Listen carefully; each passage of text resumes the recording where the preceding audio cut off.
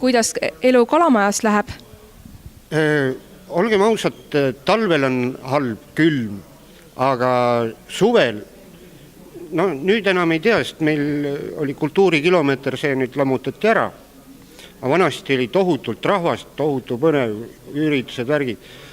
See näitus ongi tegelikult natuke suunatud sihukestele Tallinna väikestele asumitele nagu Kalamaja või siis see, mis see on Uue Ameerika, mis neil on seal, ma ei mäletagi ära, või kas või Nõmme, eks.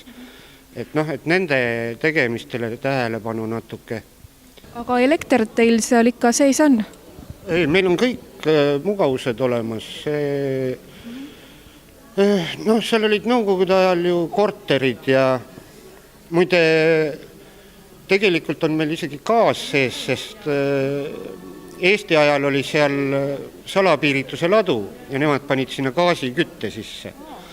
Hea mere äärest hea vedada. Ja kahjuks seal gaasikütte lammutati Vene ajal maha ja praegust meil on kõigil ahjud.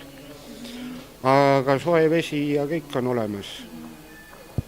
Ja millega te igapäevaselt tegelete peale selle, et te tegelete kunstiga, elukunstiga? Jah, selle kunstiga on see jama, et sellega ära ei ela. Ja me käime enamus tööl. Ja mina olen siin mitme töö peal ka veel lisaks, et mul on siuke, ma olen ühes firmas Universaal, kes teeb kõike, mida kästakse. Ja siis lisaks sellele käin lastele kunsti õpetamas natuke. Aga räägi natuke oma selle näituse töödest. Need on tegelikult poolenisti ühe teise näituse jaoks tehtud. Meil oli maja näitus Tallinnas ka. See oli küll väiksem. Et siin ma lihtsalt kiiruga, kuna mul oli väga vähe aega siin neid töid välja ajada, siis ma sain natukene juurde. Siin mõned tegelased on meilt ära kolinud, nagu ma rääkisin, et nende käest käisin küsimas ja mõned meie maja inimesed ka tegid mulle juurde. Ühesõnaga, meil on maja kogu aeg kunsti täis ja meil on galerii. Ja tegelikult kogu aeg ongi kaks näitust, et on majas meie oma ja galeriis on siis keegi kunstnik. Kord kuus vahetub, üks teine vahetub pisteliselt lihtsalt. Ja palju teid praegu seal elab? Elab 1, 2, 3, 4, 5, 6, 7, 8, 9. 9 elab ja 3 ateljeed. 10. Üks on praegust ajutiselt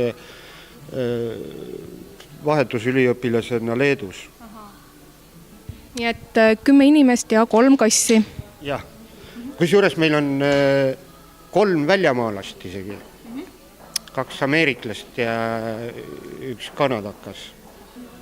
Aga mainisid ka, et tahate suvel siia tsirkusega tulla. Kui kindel see plaan on? Tähendab, asi on selles, et me Kihnu ja Muhku tuleme. Ja kaugel see Saaremaa on, eks. Ja kui juba äkki käiks Hiiumaal ka ära, sest seal on ka meil tuttavad tahavad meid saada, aga ma ei ole veel otsinud välja seda, mille raames see võiks toimuda ja kui üldse millegi raames ja et seda tuleb veel arutada. Et see päris lubadust veel ei anna, aga me oleme juba ammu lubanud. Mul ema pole tsirkust näinud veel, piinlik ju. Et jah, on plaanis küll.